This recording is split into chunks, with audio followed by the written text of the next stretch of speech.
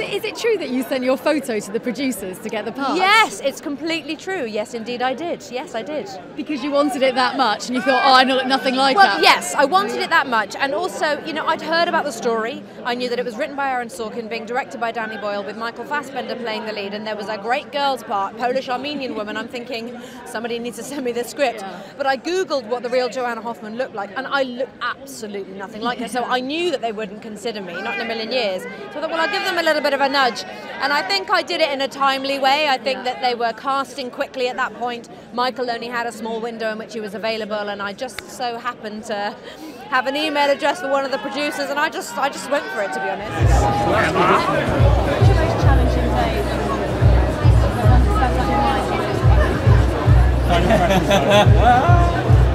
What was it about him that you really enjoyed this role? I just think, you know, the opportunity to play somebody that changed the world, but like changed it in such a massive way, the way that we communicate with one another, you know, the way that we live our lives. So the opportunity to represent that or have some sort of investigation in it that maybe all of us can reflect on it. Yeah. I just thought I was very honored to get that opportunity. Do you use Gala plans? Yeah, it's all done with Gala plans. 2 weeks of Gala plans. There you go. I'm off. No, I was back at the view. I was back at the view.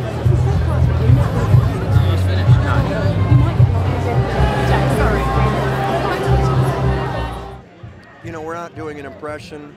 It's not a biopic. It's not. So we have some room to be fictional, to kind of do a dramatization of what John Scully and Steve went through. Yeah. So you know you're not replicating him exactly. So he becomes more of a source of information, great information, but in the end, what I took away from him was that there was still pain there was still regret of the way it ended, which was badly.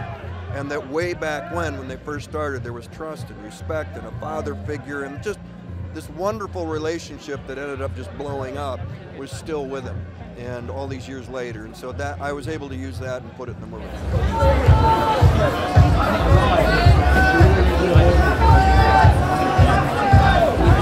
Katherine Waterston, how are you? Are you enjoying yourself? But yes, it's not a biopic, and I'm very proud to say that. That's one of the exciting things about it, is that this man whose philosophy was think different, he tries to do that with his story as we tell it. And it's also a signal to the audience that it's not an attempt to do a factually accurate documentary about him either. It's actually an interpretation. It's a kind of dramatization of key forces in his life and, you know, key moments in his life. And it's based on testimony from the people themselves, sadly not from Steve, although the book it's based on was commissioned by Steve. And unusually, he asked for no control from Walter Isaacson of the book, which is very unusual for Jobs because he wanted control over everything, which is one of the interesting things about the film, is that he likes end-to-end control of his products.